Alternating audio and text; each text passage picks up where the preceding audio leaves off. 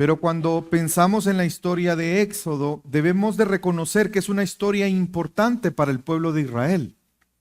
Y usted lo puede notar como en el resto de libros del Antiguo Testamento, el libro de Éxodo es un libro que tiene mucha relevancia. Y es importante no solamente para el pueblo de Dios, es importante para los propósitos de Dios, porque es un libro en el que Dios mismo se da a conocer. Es un libro donde surge el pueblo de Dios, el pueblo que Él escogió, el pueblo que Él formó, surge en el contexto de el desarrollo de la historia en el Éxodo. Y no solamente el conocimiento de Dios, el surgimiento del pueblo, sino la relación que Dios va a tener con su pueblo. Y no solamente eso, sino también cómo Dios va a bendecir a otras naciones a través de su pueblo.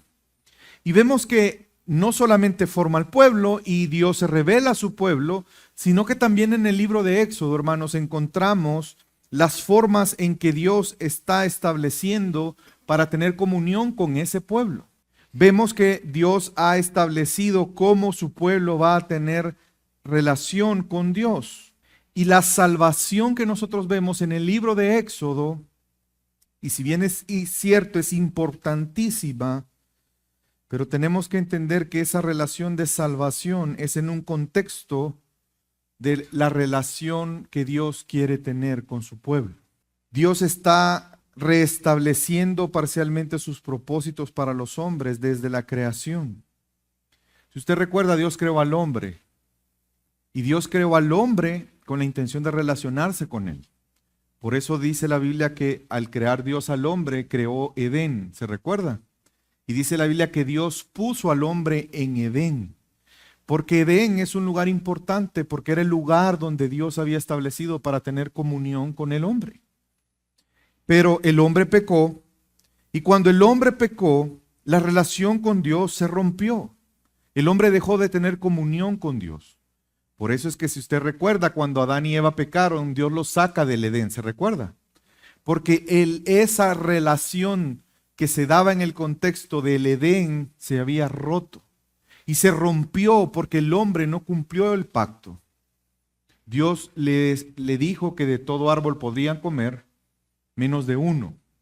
Solamente esa orden le dio, una sola orden. Él tenía que obedecer. Sin embargo, sabemos que desobedeció, el hombre falló y la relación con Dios se rompió. Sin embargo, hermanos, Dios en sus propósitos, Él siempre ha querido relacionarse con los hombres. Y este acto de el hombre fallar y romper la relación con Dios hace que se surja o se note los propósitos de Dios en mantener esa relación con los hombres. Y entonces Dios establece ahora una relación de pacto a través de la gracia. Ya no a través de la obediencia, sino ahora a través de la gracia. Y vemos cómo Dios empieza a mostrar una vez más sus propósitos a través de la gracia mostrada a Adán y a Eva, pero también a través del llamado a Noé, posteriormente a los patriarcas, a Abraham, Isaac y Jacob, y el Señor establece y ratifica ese pacto de gracia de una manera constante. Y esto, hermanos, es la base del Éxodo. Significa entonces que la historia del libro de Éxodo es una historia orquestada por Dios, es una historia teológica porque nos muestra, no solamente nos da a conocer a Dios, sino también nos muestra los propósitos de Dios, nos ayuda a entender eso, pero también es una historia en la cual podemos ver cómo Dios es fiel a ese pacto de mantener una comunión entre Dios y su pueblo. Y es importante entonces, hermanos, ver al Éxodo desde esa perspectiva. Es un libro sumamente importante, no solamente para el pueblo de Israel, no solamente para tener un entendimiento de los propósitos de Dios, sino que es un libro sumamente importante para nosotros hoy. Está ligado a nosotros, ¿saben por qué? Porque los propósitos de Dios son eternos. Y tú y yo somos parte de los propósitos de Dios. Y eso es lo que nos une a la historia del Éxodo. Esa relación de comunión de Dios con su pueblo. Y el libro de Éxodo tiene una estructura. Quizás no lo recordará, lo mencioné cuando iniciamos esta serie, que fue hace bastantes semanas. Esta es la predicación número 28 ya, o 27 creo. Pero quiero que recordemos la estructura. El libro de Éxodo puede ser dividido en dos partes, del capítulo 1 al capítulo 18, donde encontramos la liberación del pueblo de Dios, pero encontramos en realidad cómo Dios se da a conocer a su pueblo a través de la liberación.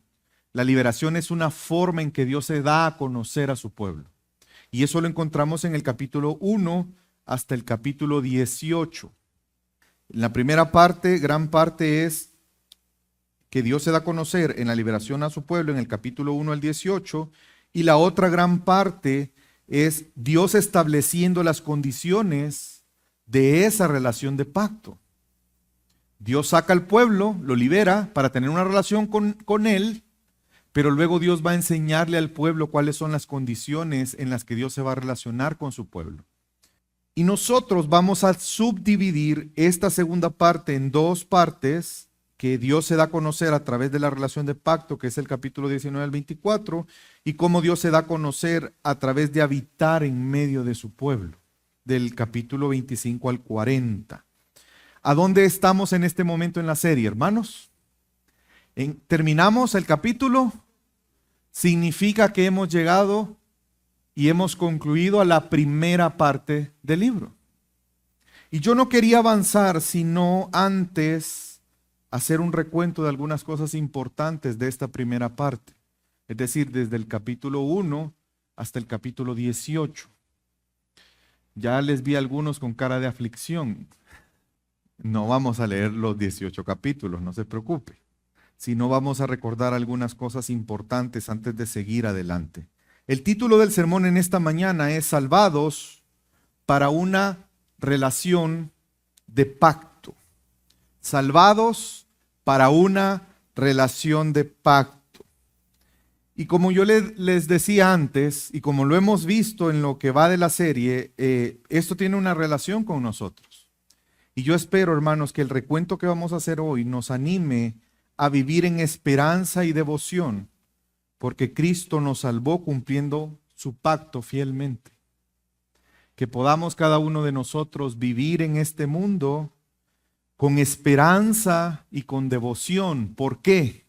Porque Cristo nos salvó. Y porque Cristo nos salvó, Él ha cumplido el pacto, el nuevo pacto.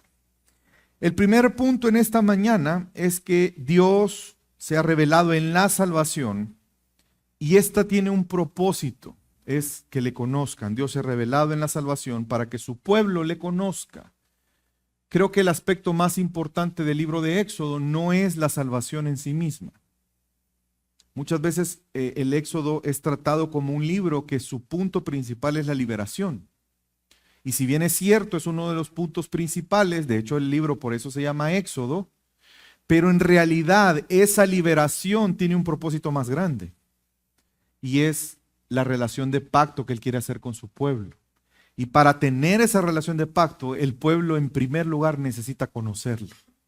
Y eso es lo que vemos en este primer capítulos. Si ustedes recuerdan cómo llegaron a Egipto, Dios los llevó a Egipto. Y Dios los llevó a Egipto para preservar a su pueblo. Si usted recuerda a través de la historia de José, todas las cosas que José pasó, hasta llegar a Egipto, hasta ser el segundo después de Faraón, y ese fue un instrumento de Dios para preservar a su pueblo, porque hubo una gran hambruna, y a raíz de eso, los hermanos de José llegan junto a toda su familia a Egipto y son preservados en Egipto. Sin embargo, entraron 70 personas a Egipto, pero como Dios había prometido, había anunciado, iban a ser sometidos a esclavitud. Y de esas 70 personas pasaron 400 años y en ese tiempo Dios formó a su pueblo. A pesar de la opresión de Egipto, Dios bendijo a su pueblo y se multiplicaron y se cumple lo que Él le había prometido a Abraham, que él iba a tener una descendencia muy grande. De 70 personas pasaron a ser un pueblo. De una familia pasaron a ser un pueblo el cual Dios había escogido. Y en ese tiempo Dios los bendijo. A pesar de la esclavitud, del abuso de los egipcios, pero Dios llegó un momento en que los libertó. Llegó un momento en que Dios recordó el pacto. No porque se le hubiera olvidado, es porque en los planes de Dios había un momento específico en el que Él iba a sacar a su pueblo.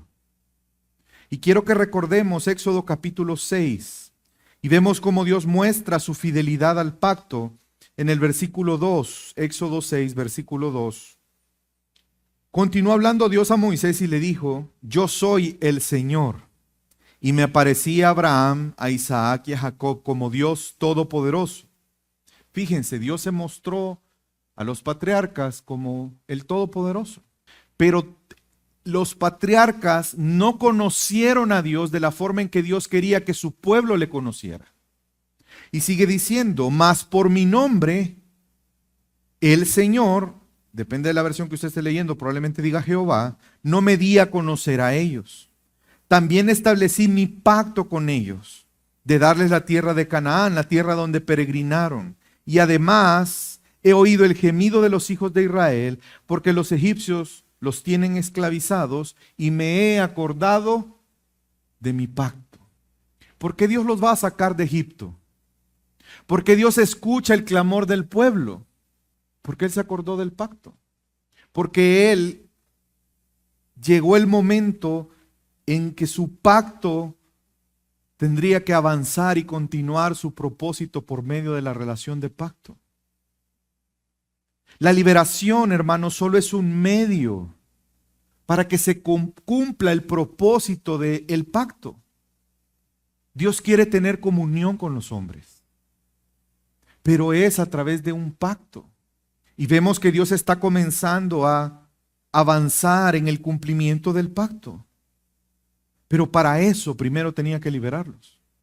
Y la liberación Dios la iba a utilizar para que su pueblo le conociera. Le conociera de una manera como los patriarcas no le habían conocido. Dios iba a dar a conocer su nombre a su pueblo, ya no a una familia, ya no a la familia de Jacob, sino ahora a aquellos que son su pueblo. Y seguimos leyendo el versículo 6, siempre en Éxodo capítulo 6. Leímos hasta el versículo 5, ahora leamos el versículo 6. Por tanto, di a los hijos de Israel: yo soy el Señor. Dios está mostrando con su nombre. Y os sacaré debajo de las cargas de los egipcios, y os libraré de su esclavitud, y os redimiré con brazo extendido y con juicios grandes. Y os tomaré por pueblo mío. ¿Ven cómo Dios forma su pueblo? Está estableciendo su pueblo. Ya no son un grupo de personas molestas, como los veían los egipcios. Ya no son un grupo de personas peligrosas, como lo veían los egipcios. Ya no era una fuerza laboral, como lo veían los egipcios. Ya no eran una cosa que era propiedad de los egipcios. Dios los va a libertar. ¿Por qué? Porque Él está estableciendo su pueblo. Y os tomaré por pueblo mío, y yo seré vuestro Dios. ¿Ven la relación de pacto? Ellos serán mi pueblo, y yo seré su Dios. Hay una relación ahí. Y sabréis que yo soy el Señor vuestro Dios, que os saqué debajo de la carga de los egipcios. ¿Ven cómo la liberación es un medio para algo más? No es el fin último. La liberación es un medio. El propósito de la liberación de la esclavitud es formar a su pueblo y que ellos sean su pueblo y Él sea su Dios. Que se comience y siga cumpliéndose el pacto. Quiero que note dos palabras aquí. En el versículo 6, os libraré, habla de liberación, ¿verdad? Y habla de una segunda cosa. ¿Cuál es la segunda cosa? Y os redimiré. Son dos cosas. Los voy a liberar y los voy a redimir. No pierda de vista eso, porque es importante, muy importante. Dios los va a liberar y los va a redimir. ¿Para qué? Para que sean entonces su pueblo. Y va a pasar algo más. Y sabréis que yo soy el Señor. Ven que hay un elemento de conocer. Van a saber quién es el Señor. Van a conocer al Señor. Dios los ha libertado para que le conozcan. La liberación, hermanos, si usted recuerda, es un medio para que le conozcan. ¿Se recuerdan lo que Dios hizo para liberarlos? Él utilizó señales, ¿se recuerda? Las plagas, en la Biblia también las describe como señales. ¿Por qué las plagas eran señales? Porque las plagas apuntaban al Señor. Porque las plagas enseñaban quién era el Señor. Y en este proceso de liberación vamos a recordar que Dios se muestra como el Dios verdadero. Porque los egipcios tenían muchos dioses. El pueblo de Israel había surgido en un contexto idólatra. Usted se imagina qué impacto puede tener para un pueblo que ha estado 400 años expuesto a la idolatría. ¿Cuántas generaciones? Y de generación en generación ellos oían de los diferentes dioses. Dios quiere enseñarles que solo Él es el Señor, que solo es el Dios verdadero. Y las plagas precisamente tienen ese propósito. Solo voy a mencionar algunas cosas de las que Dios les enseñó al pueblo a través de las plagas. ¿Se recuerdan la primera plaga? La del Nilo. Dios les enseñó ahí que Él es el sustentador, que Él es el dador de la vida, porque ellos veían al Nilo como el dador de la vida. Pero también podemos recordar que Él les enseñó acerca de que Él es la resurrección, con la plaga de las ranas, o también con la de las moscas. Dios les enseñó que Él tenía el dominio sobre la muerte. Y podemos seguir hablando de las cosas que Dios les enseñó y espero que usted recuerde muchas de ellas. Pero también a través de su nombre, cuando Él les dice, se recuerdan que Moisés le pregunta, ¿y a nombre de quién voy a ir? Y tú les dirás, yo soy el que soy. Y saben que eso significa que Él es autoexistente y autosuficiente. El pueblo de Israel tenía que entender que ese Dios soberano, el verdadero Dios, es un Dios autosuficiente y autoexistente. Es un Dios todopoderoso, es soberano. Al punto que la nación más poderosa en ese momento, al punto en que el hombre que se consideraba más poderoso en ese momento trató de detener los propósitos de Dios, que era Faraón. Recuerde que Faraón era visto como un semidios. Era visto como el hijo de un dios, como una deidad para ellos. Era visto como el que mantenía el equilibrio de todas las cosas. Y Dios les muestra la verdad, que solamente Él es el Señor. Y nadie puede detener sus propósitos. Ni Faraón, ni Egipto, ni los amalecitas, ni ninguna otra persona, ni ningún otro ser creado puede detener los propósitos de Dios. ¿Por qué? Porque Él es el Señor. Dios se mostró también como ese Dios justo. De hecho, Abraham, si usted recordará, le dijo, tu descendencia será esclavizada, pero yo haré un juicio contra ellos. Y las plagas era un juicio de Dios para Egipto por su maldad, pero también fue un acto de gracia. ¿Se recuerdan cuando Dios empezó a hacer la separación entre el pueblo de Dios y los egipcios? Dios se mostró como ese Dios justo, pero también ese Dios lleno de gracia. Y no solamente para su pueblo. Dios mostró la gracia de Dios para los egipcios. ¿Cuántas veces Dios mandó a Moisés a decirle, deja ir a mi pueblo? Muchas veces. Dios se mostró así. Dios se mostró como un Dios fiel porque cumple su pacto. Lo que Él había prometido a Abraham, que había sido ratificado a Isaac y a Jacob. Dios lo está ejecutando. Ese Dios fiel que no cambia, que no tiene sombra de variación. Dios está revelando no solamente a su pueblo. Dios está dando a conocer a su pueblo, pero también a todas las naciones. Porque ¿qué es lo que Dios quiere dentro de sus propósitos? Es que lo conozcan a Él. La liberación de su pueblo es un medio para que su pueblo le conozca y para que otras naciones le conozcan. Hermanos, y eso tiene una relación con nosotros. Dios se ha revelado a los hombres, no solamente a través de la liberación en el Éxodo. Dios se ha mostrado, a través de la liberación a los hombres, por una liberación aún más grande que la del Éxodo. Y es la liberación que Dios hizo para su pueblo, que es una liberación todavía más grande que la del Éxodo.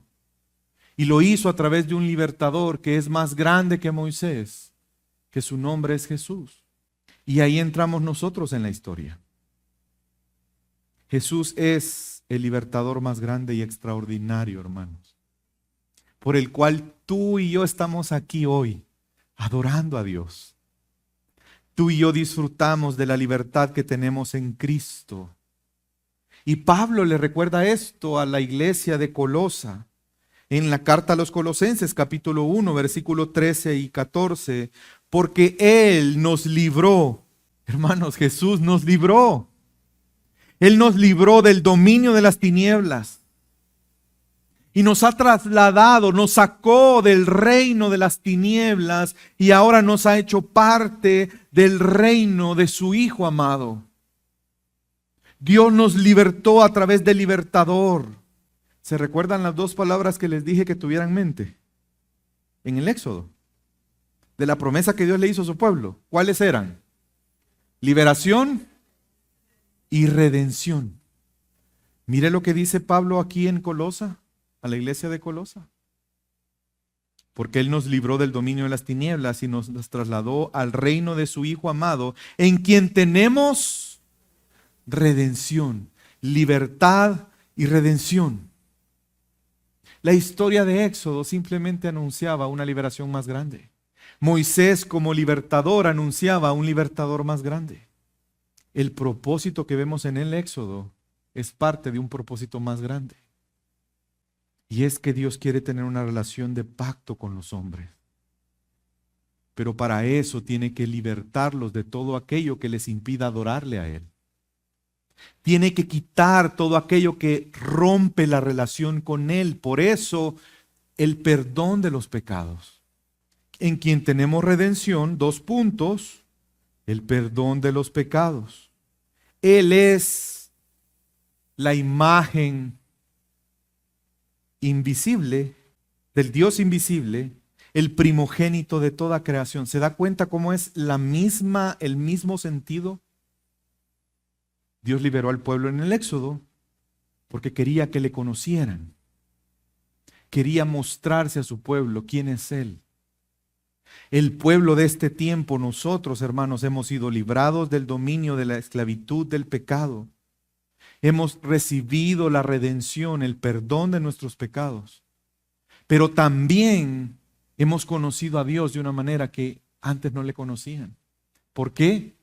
Porque el Hijo de Dios es la imagen del Dios invisible. ¿Ven cómo los propósitos de Dios son eternos? ¿Ven por qué es importante el libro de Éxodo? Nos libra del dominio en las tinieblas para hacernos parte de su pueblo, parte de su reino. Porque en Él fueron creadas todas las cosas. Ese texto es como continúa este texto. En Jesús, que es la imagen visible de Dios. Esa frase, primogénito de toda la creación, es una herejía pensar que está refiriéndose a que Jesús es una criatura de Dios. Él es el primero. Él tiene la preeminencia. ¿Y cómo sabemos que no es una criatura? Porque en Él fueron creadas todas las cosas. Porque Él es el creador tanto de las cosas visibles como las invisibles. Ya sean tronos, dominios, poderes, autoridades, todo fue creado por medio de Él y para Él. Él es antes de todas las cosas y en Él todas las cosas persisten. Piénselo por un momento en la imagen de Dios del Éxodo y cómo la Biblia describe a Jesús. Autoexistente, Él es antes de todas las cosas. Dios creador, dador de vida. Jesús creó, por Él fueron hechas todas las cosas y para Él es Señor. Porque Dios nos ha salvado para que tengamos una relación con Él a través de Cristo Jesús. Pero para eso, hermanos, es necesaria nuestra liberación primero. Él tiene que librarnos de la esclavitud del pecado. Él tiene que quitar de nosotros todo aquello que nos impide reconocer quién es Dios, lo que nos impide adorar a Dios. Por eso nos libra de la esclavitud del pecado. Por eso nuestros pecados son perdonados, porque ahí nuestra relación es restablecida con Dios. Ya no hay más enemistad entre Dios y aquel que tiene fe en Cristo Jesús. Él obró la paz para con Dios. ¿Qué valor tiene, hermanos, la posibilidad de estar delante de Dios? Si tú reconoces la grandeza de Dios, ¿qué valor tiene el poder tener una relación con ese Dios todopoderoso, creador de todas las cosas? ¿Qué valor tiene para su pueblo? ¿Cuál fue el precio que se pagó para que tú y yo podamos tener comunión con Dios, para que podamos conocerle, para que podamos tener paz para con Él? ¿Cuál fue el precio que se pagó? El precio fue la sangre de Cristo Jesús, el Hijo de Dios, por la cual tú y yo hemos sido libertados del pecado, pero también hemos sido redimidos. En su momento yo expliqué la redención, pero lo recuerdo. ¿Qué es la redención? Es pagar el precio para liberar a un esclavo. A eso se le llamaba redención. Nosotros éramos esclavos del pecado. ¿Cuál fue el precio que Dios pagó para libertarnos? No fue de cosas corruptibles como oro o plata, sino la sangre preciosa de Cristo Jesús, el Hijo de Dios, la cual se derramó en una cruz. Hermanos, el entender cómo tú y yo tenemos una relación con Dios, cómo tú y yo llegamos a conocer a Dios, eso debe de ser valorado por nosotros. Yo te invito a que en esta mañana honres el sacrificio de Cristo Jesús, que honres la vida de Cristo Jesús. ¿Cómo? Disfrutando de la comunión que Él te dio con el Padre. Él pagó para que tú fueras libertado y entonces pudieras tener una relación con Dios. Honra eso a través de disfrutar de la comunión con Dios. Hermanos, no es cualquier cosa. No hay nada más grande que eso. Honremos eso. ¿Cómo? Teniendo comunión con Dios. Que Dios esté presente cada momento, en cada día de tu vida. Que Dios sea una parte activa en tus decisiones, en tu manera de vivir. Honra lo que Dios ha hecho por ti a través de Cristo Jesús en los aspectos cotidianos de tu día a día. Que el Señor sea Señor no solamente de los domingos, que sea el Señor como realmente Señor, todo el tiempo. Hermanos, todo el tiempo estamos ante el rostro de Dios y Jesús es Señor sobre nuestra vida. Que Él sea tu consuelo, que Él sea la roca eterna sobre la cual edificas tu casa. Esa es la mejor manera en que podemos honrar el hecho que Dios nos libertó para tener comunión con Él. En los momentos de prueba y dificultad, es tu conocimiento de Dios, es tu fe la que te sostendrá. En los momentos de prueba o dificultad, tu conocimiento de Dios es lo que te sostendrá, es la fortaleza. Y es ese mismo conocimiento el que nos lleva a vivir por Él y para Él, hermano. Y eso me lleva a un segundo punto en esta mañana. La relación de pacto implica una vida de devoción y santidad. ¿Por qué quise hacer una pausa? Porque lo que acabo de mencionar en el primer punto es lo que estamos aprendiendo, lo que hemos aprendido en los primeros 18 capítulos. Pero tenemos, y creo que ya lo empezamos a notar. ¿Qué hizo Dios cuando los lleva al desierto? ¿Acaso no los probó? ¿Saben por qué? Porque Dios quiere santificar a su pueblo. Porque Dios quiere un pueblo santificado para tener comunión con un Dios santo. Dios está empezando a formar en ellos el carácter de Dios en ellos. Dios quiere que su pueblo refleje quién es Él. Un pueblo totalmente diferente a los demás. ¿Por qué? Porque ese pueblo representa a un rey. Por lo tanto, Dios va a tener que cambiar la perspectiva de la vida que ellos tienen. Porque hermanos, ellos vienen de Egipto. La forma en que ellos piensan y lo que ellos creen ha sido influenciado por Egipto durante muchos años. Dios tiene que renovar su mente. Y comienza con el conocimiento de Él. Pero luego ese conocimiento tienen que llevarlos a una vida consagrada y de adoración al Señor, porque recuerden que ese era el segundo propósito de Dios para la liberación. Dios quería sacarlos para que le conozcan, pero también quería llevarlos al desierto. ¿Para qué? Para que le adoren, para que le sirvan. Entonces, lo que vamos a comenzar a ver de aquí en adelante es ese proceso de cómo va a ser la relación con Dios. Dios los saca, los forma como un pueblo, pero va a empezar a enseñarles cuáles son las reglas en la relación con Él. ¿Qué es lo que espera Él de su pueblo? Y ya hay algunos tintes de esto en la primera porción. Por ejemplo, Éxodo 4:22. Entonces dirás a Faraón, así dice el Señor, Israel es mi hijo, mi primogénito, y te he dicho, deja ir a mi hijo. ¿Para qué? Para que me sirva, para que me adore. Dios saca al pueblo en un contexto opresivo, idólatra, porque eso le impedía servirle a Él. Tenía que liberarlo primero, pero también tiene que santificarlo, para que el pueblo pueda adorarle a Dios.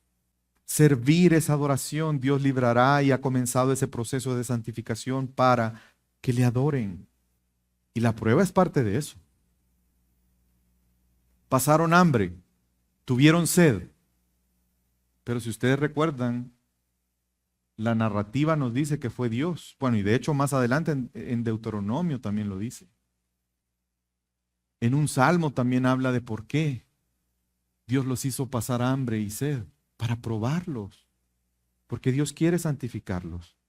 Dios quiere purificarlos en el sentido de dejar la vieja forma de vivir, dejar la manera de pensar de Egipto, porque ellos no son de Egipto, ellos son el pueblo de un Dios santo. Éxodo 12:17.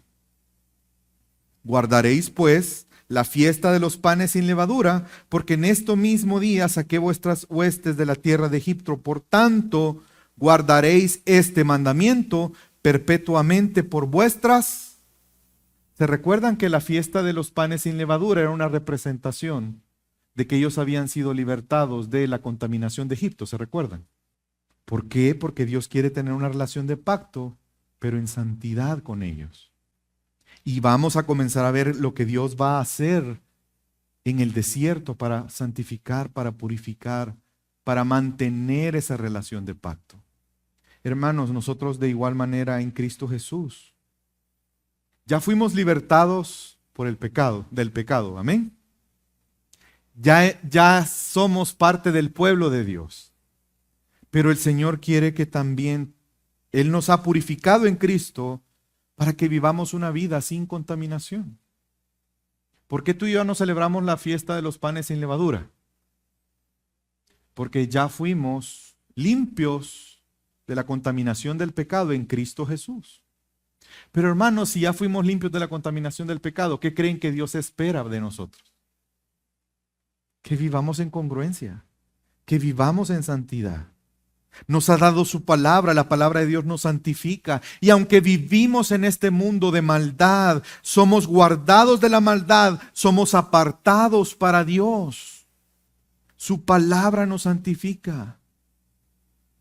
Pero al igual que el pueblo, ¿qué tenía que hacer el pueblo, hermanos? Por tanto, guardaréis este mandamiento. Y no solamente guardarlo, tenía que hacer algo más. Escuchar atentamente su voz.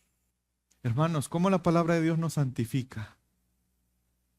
Cuando tú escuchas atentamente la voz de Dios en la palabra. Y cuando escuchando atentamente la pones por obra. Ahí somos santificados. No basta con escuchar la palabra. Escuchar la palabra, creer la palabra, vivir la palabra. Ahí somos santificados. Y el pueblo de Israel pasaba lo mismo. Hermanos, es entender que la verdad de la palabra de Dios es lo mejor para mí. Es comprender que la palabra de Dios es vida para mí. Es entender que el obedecer su palabra no es una carga, es una bendición para mí. Porque no hay nada mejor. No hay nada mejor. Éxodo 15, 25 y 26. Y clamó Moisés a Jehová. Y Jehová le mostró un árbol y lo echó en las aguas. Y las aguas se endulzaron. ¿Se recuerdan de la murmuración? Porque las aguas eran amargas en Mará. Y fíjense lo que dice. Después de que Dios endulza las aguas. Y ahí les dio ¿el qué? Estatutos y ordenanzas. Y ahí los probó. ¿En qué sentido? ¿En qué los iba a probar? Los iba a probar en qué significaban sus estatutos y sus mandamientos para ellos. Los iba a probar en que si eran importantes o no. Y dijo, ¿qué? Si oyereis atentamente la voz del Señor tu Dios, ya oí. Te puedo hacer un resumen de lo que me dijiste. Ya te escuché. Ya oí. ¿Es suficiente oír? No. Si escuchares atentamente la voz de Jehová tu Dios e hicieres lo recto delante de mis ojos, de lo que la cultura piensa que es lo correcto, de lo que el mundo establece, delante de sus ojos, y dieres oído a sus mandamientos y guardares todos sus estatutos, vendrá bendición para ti. Hermanos, la obediencia paga bien. Paga mejor de lo que nosotros deberíamos de recibir. ¿Saben por qué? Por la gracia de Dios. Necesitamos conocer a Dios. Pero hermanos, también necesitamos creer su palabra. Necesitamos vivir su palabra. Necesitamos reconocer que así como el pueblo de Egipto tenía influencia de Egipto, el pueblo de Israel cuando salió de Egipto tenía influencia de Egipto y necesitaba renovar sus ideas, sus pensamientos, sus creencias a través de la palabra de Dios, a través de escuchar atentamente y obedecer. De igual manera tú y yo. Necesitamos renovar constantemente nuestra mente a través de la palabra. Necesitamos despojarnos de las ideas de este mundo. Necesitamos despojarnos de todo aquello que nos impide disfrutar de la plenitud de Dios y de las bendiciones que hay a través de conocerle y obedecerle. Porque déjame decirte que el materialismo te va a decir y te va a insistir o te va a llevar a que anheles las cosas de este mundo. Te va a llevar a menospreciar el pan caído del cielo. ¿Se recuerdan lo que le pasó a Israel? Se quejaron por el maná. Y lo vamos a ver más fuerte más adelante. El materialismo te va a decir que Jesús no es suficiente. Que las bendiciones espirituales de Dios no son suficientes. Que necesitas cosas materiales para estar completo y en plenitud. Eso no es cierto. La plenitud no está en las cosas de este mundo. La vida de los hombres no consiste en la cantidad de bienes que posee. El bienestar está en la vida que tenemos en Cristo Jesús. Ahí está nuestro bienestar. Este mundo, tu carne, el pecado va a querer engañarte diciéndote que el entretenimiento es lo que es digno que tú inviertas el tiempo. Te va a hacer pensar que dedicar 30 minutos de oración, eso es una eternidad. 30 minutos de oración. Me cuesta orar 2 minutos. 30, no, yo no puedo. Pero hermanos, ¿cómo pasa de rápido el tiempo cuando vemos una película de 2 horas? Hermanos, Cristo, al igual que el pueblo que necesitaba ser sacado de ahí, consagrado para Dios, para disfrutar de las bendiciones de Dios, de igual manera nosotros en Cristo Jesús. Primera de Corintios, capítulo 5, versículo 14.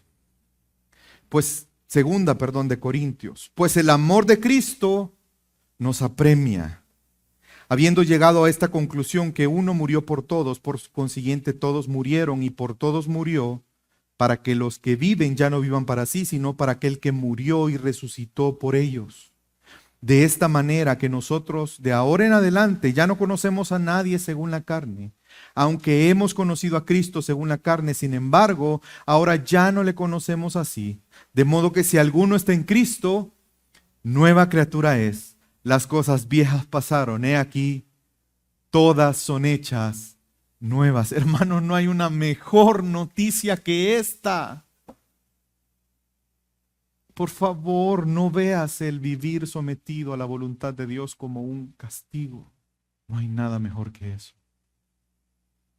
No hay mayor plenitud para nosotros que disfrutar de nuestro Creador, de tener comunión con Él, de escuchar su voz.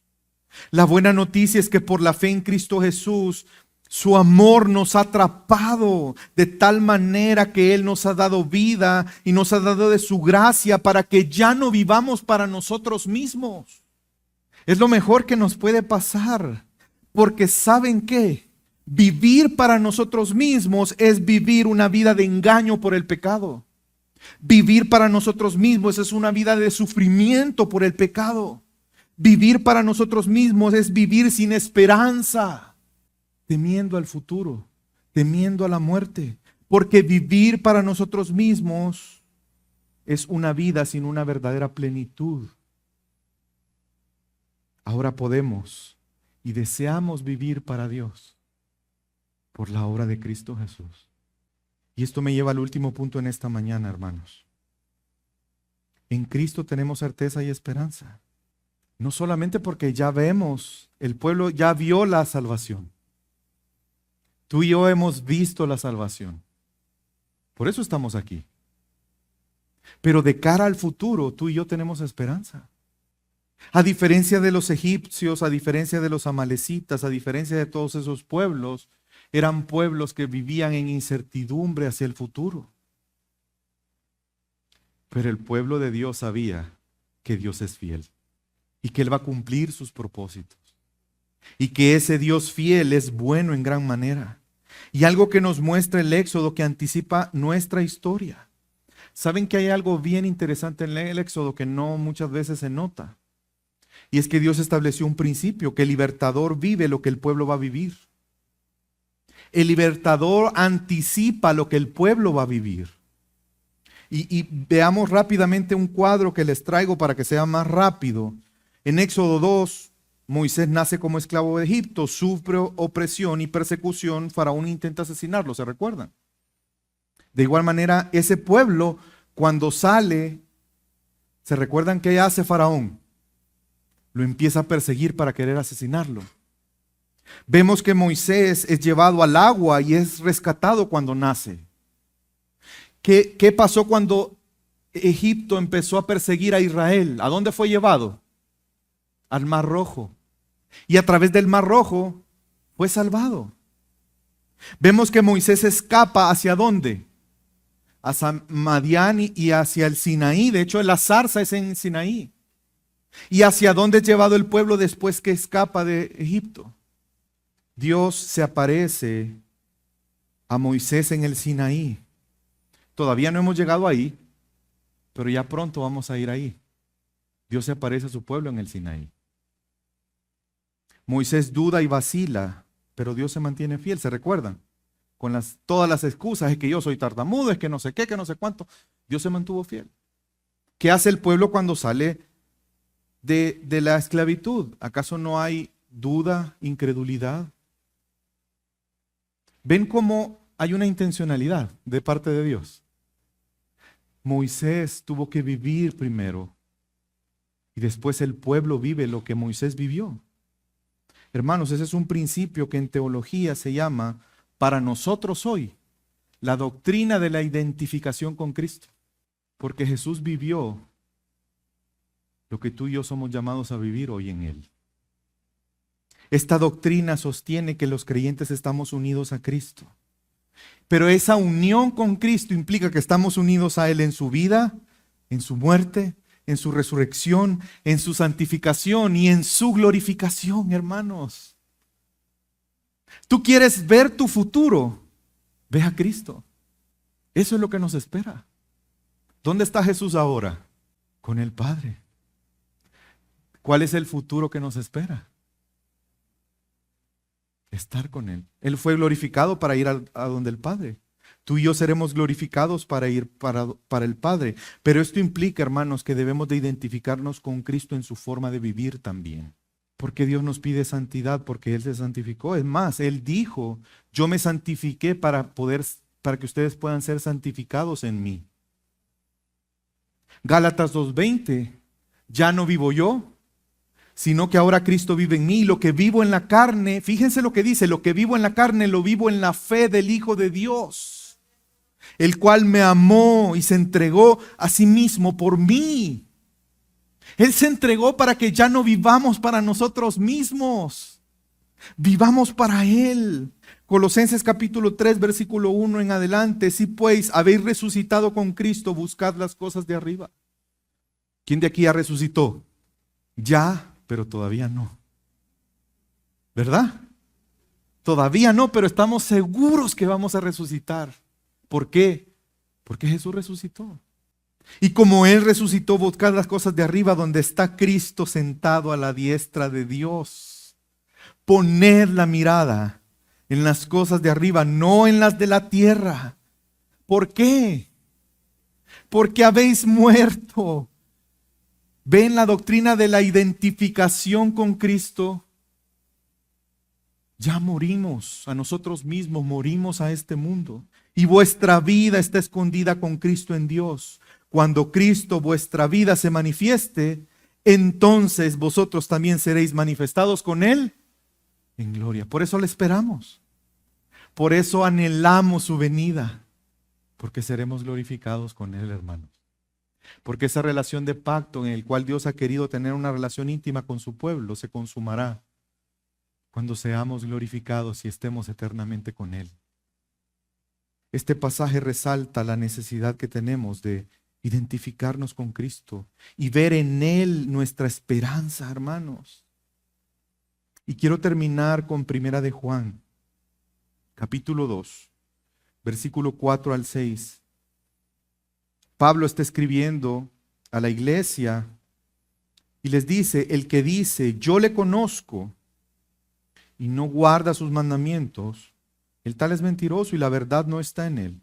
Pero el que guarda su palabra, en este verdaderamente el amor de Dios se ha perfeccionado. Por esto sabemos que estamos en Él. El que dice que permanece en Él debe andar. ¿Ven la doctrina de la identificación con Cristo? Pastor, qué difícil la vida cristiana. Uy, el estándar es andar como Jesús. Estoy frito. No puedo. No puedo. Exacto. Reconoce que no puedes. Lo que tienes que hacer es permanecer en Cristo. No tienes que esforzarte tú, no tiene que salir tu orgullo, no tiene que salir tu arrogancia de decir yo puedo. Tienes que decir yo no puedo, pero Jesús en mí sí. Y por eso permanezco en Él. Y así vamos a andar como Él anduvo. Hermanos, la clave es permanecer en Jesús. Mi llamado en esta mañana es permanece en Jesús. Permanece en Él. Crece en el conocimiento de Dios en Cristo. Ten una relación personal, real con Jesús. Permanece en Jesús cada día. Que tu familia permanezca en Jesús. Que tu matrimonio permanezca en Jesús. Que tus hijos sean guiados a conocer a Jesús y a permanecer en Él. Hermanos, el Éxodo nos enseña esta hermosa verdad. Moisés y el pueblo era una sombra de lo que tú y yo viviríamos con Cristo. Porque Cristo venció, tú y yo somos más que vencedores. Nuestra identificación con Cristo aplica a eso también. Porque Cristo fue resucitado, tú y yo seremos resucitados juntamente con Él. Porque Cristo venció, tenemos una esperanza viva y eterna. Porque Cristo Jesús es el heredero de todas las cosas, tú y yo somos hechos coherederos con Él. ¿Cómo lograr que las pruebas, el rechazo, la burla, el menosprecio de este mundo, el dolor por el pecado, la pérdida de un familiar o cualquier otra situación difícil que enfrentas en el día a día mientras caminas en el desierto. ¿Cómo enfrentarlo? John Newton dice, la forma en que el cristiano puede soportar las pruebas es considerando la doctrina de la glorificación que incluye la herencia. El saber que estamos unidos a Cristo. El saber que Él ha cumplido el pacto. El saber que nada ni nadie nos puede separar del amor de Dios que es en Cristo Jesús. Ni lo alto, ni lo profundo, ni ángeles, ni principados, ni ninguna cosa creada nos podrá separar del amor de Dios que es en Cristo Jesús. Por eso es importante el libro de Éxodo, hermanos. Y vamos a seguir aprendiendo cómo Dios quiere y cómo Dios nos santifica para disfrutar de la comunión con Él. Por lo tanto, vive en esperanza y devoción. ¿Por qué? Porque Cristo nos salvó y Él ha cumplido el pacto fielmente. ¿Cuántos decimos amén? Vamos a orar.